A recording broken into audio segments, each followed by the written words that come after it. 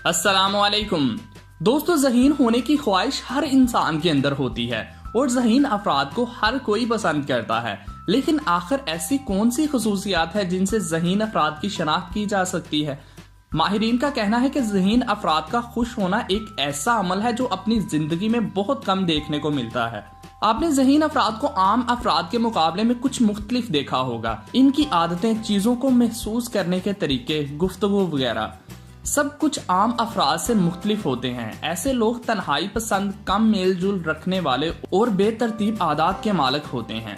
आपने कभी गौर किया है कि ज़हीन अफराद को खुश होने का मौका कब मिलता है?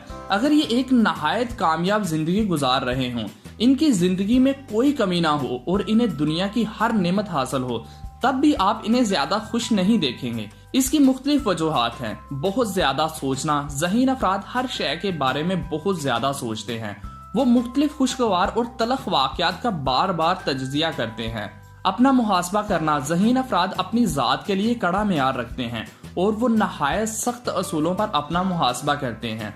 दिमागी अमराज का शिकार। हद से ज्यादा ज़हीन और हसास अफराद अक्सर औकात दिमागी अमराज और उलझनों का शिकार भी हो जाते हैं, जिसमें सबसे आम मर्ज बाइपोलर डिसऑर्डर है। दोस्तों, आपका शुमार किन लोगों में होता है मुझे कमेंट सेक्शन में जरूर बताइएगा। अगर वीडियो अच्छी लगी हो तो वीडियो को लाइक और शेयर जरूर कर दीजिएगा। अल्लाह हाफिज।